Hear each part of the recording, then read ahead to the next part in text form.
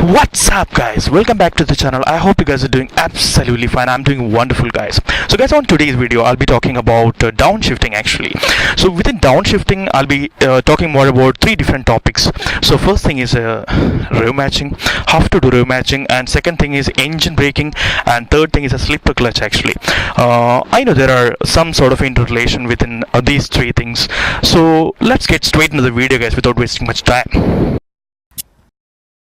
Okay guys, so before starting this video, let me make this very clear. This video is completely for the beginners actually. Okay, so let us get this started with engine braking. So I know most of you must be already knowing about the front brake and the rear brake and all, and some of you must be already knowing about engine braking, and some of you must be already doing it without even knowing what it is all about. In a very simple term, engine braking is all about you are letting your engine to slow down your bike instead of relying on the brake pads. So let us talk about a very practical scenario guys. So for example, you are going on a very good amount of speed, 80 or 90 on your bike actually, and you are seeing a signal ahead which is another 50 meters in front. So this is basically very predictable because you already know that you're going to stop, you're going to slow down your bike while approaching to the signal. So what exactly we does usually, we apply our front or we apply our rear brake and we try to bring down our bike actually from the speed. But instead what exactly we can do, we can use the power of the engine, and we can use some sort of techniques and we can slow down the bike without even engaging the front or rear brake, and that's a very good scenario. The theory is to achieve engine braking, you basically disengages your clutch and you releases your throttle, and you basically let the bike to slow down by itself. So let us see some practical examples how this works actually. So first I will show you how what we usually does without doing engine braking actually, and second scenario will be with engine braking. Let's get this rolling.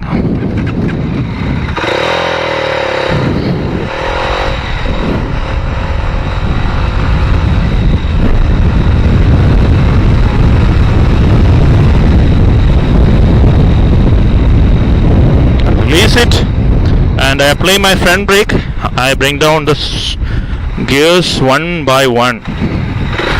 So this is a very close scenario because I'm almost reaching close to the signal and I'm stopping. I'm just letting you guys to assume, okay, that this is a signal. Let's see a practical scenario of how to apply engine braking. So basically I have to obtain a very good amount of speed to show you guys that. I'll bring down the camera slightly to show you the speedometer also. Okay, now I'll release my throttle, I'll hold my clutch and I'll release it slowly. Again I'll bring down one more gear, I'll slowly release the clutch. Yeah, that's all about it. Okay, let me show you guys one more time.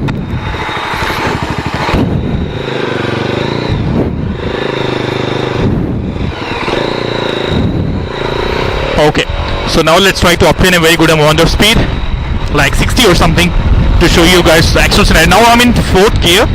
Okay, I'm just releasing the throttle, bringing down from the clutch, slowly releasing it, and again shifting down, slowly releasing the clutch, and I'm again bringing down the gears, slowly releasing it. Yes, that's it. You can see I'm not really engaging the brake actually to do that. So this is how guys engine braking works. Now let me talk about rev matching guys. I'm sure you guys might have seen the super bikes and supercars like BMW, Ferrari and all that actually. So, and you might have heard the nice sound which is coming out of these vehicles, like like that. Seriously, it's a fun to hear that. So basically these kind of super bikes and supercars are having an internal mechanism to do the rev matching by itself. That is basically automated in those vehicles actually, but to do rev matching in a normal vehicle we have to do it manually. So this also, let me start with a basic example. So guys, whenever I say an example, you please try to imagine yourself so you'll get more visualization onto the idea whatever I'm saying. So let me talk about a scenario where you're going on a highway on a very good amount of speed, like 100 plus or on a fourth or fifth gear actually. So suddenly the vehicle in front is trying to slow down. That is one scenario actually. So what immediately comes to your mind? Okay, let me also slow down. So what you does is you hold on to your clutch, you try to downshift and you slowly release the clutch. So what happens when you hold your clutch completely is the rev rpm will comes back to 0, and when you're releasing it will slowly increase actually. So what is really happening inside is your engine is again trying to match the road speed with the rev speed actually. So that is what is internally happening. So what happens when you does that rev matching is, in the first scenario what you did is you hold on to the clutch, you downshifted and you slowly release the clutch. So engine tried matching the rev with the road speed. In the second scenario what you did, you hold on to the clutch, you downshifted and you gave a slight blip. So this rev increased and you release the clutch actually. So instead of engine is doing the job, you did that for the engine. You basically helped out the engine actually in matching the rev and the road speed. So that will really help out on your transmission only, because what happens is when you does this and when you let the engine to manage all this rev management, that can cause an impact, a slight impact onto your gearbox also. So there are a lot of chances on a long run it can really impact your gearbox. So this slight blip will really take you out from that danger. So guys, I would really suggest you're practicing this rev matching and you apply it now and then whenever you try to slow. Let me show you guys a practical example. Let's get into a good amount of speed. So now I'm trying to go on 80. Let me come down. You see that? You see that? I just give it a slight blip. Wow.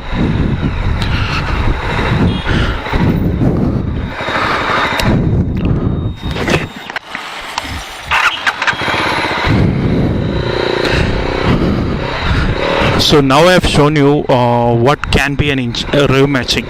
So without the rev matching, if I try to slow down, let's say, see, it's basically dragging me back. It's giving me a jerk effect actually onto the bike.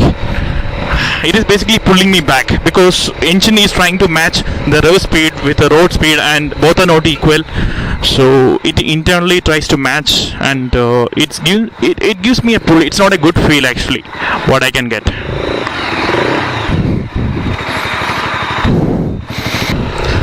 Now let me talk about engine braking and rev matching together.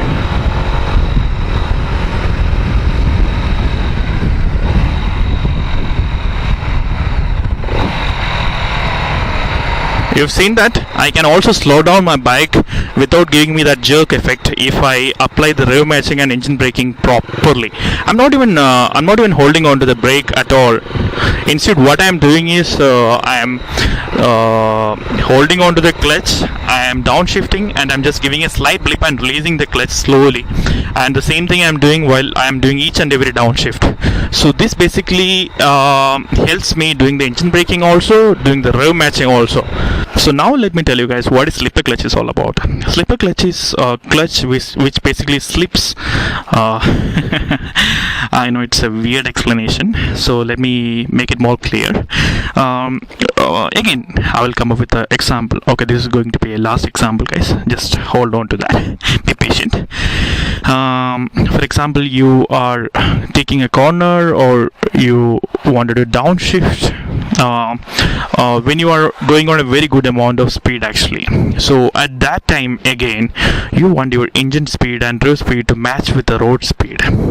So what happens on a normal bike would be, as soon as you slow down, as soon as you downshift and you release your clutch, it will give you a jerk effect actually, which basically pulls you back. It's not a good feel. So the reason is your rev speed or engine speed is not really matched with the road speed actually, because your wheel is spinning more faster than what your engine is rotating. So what happens on a slipper case bike scenario is, so internally whenever you do a downshift, this slipper clutch will tries to slip slowly. It won't release the clutch completely. Instead what it does is it slowly slips till the time the road speed will matches with your engine speed actually. That's a wonderful thing what a machine is capable of doing actually, because that is really helping out your transmission and your engine also, man. Seriously, yeah. That's all about it for the day, guys. I hope you guys enjoyed this video and it is really useful for you guys. So yeah, that's all, guys. See you on a different day with a different video. Till then, bye bye, guys.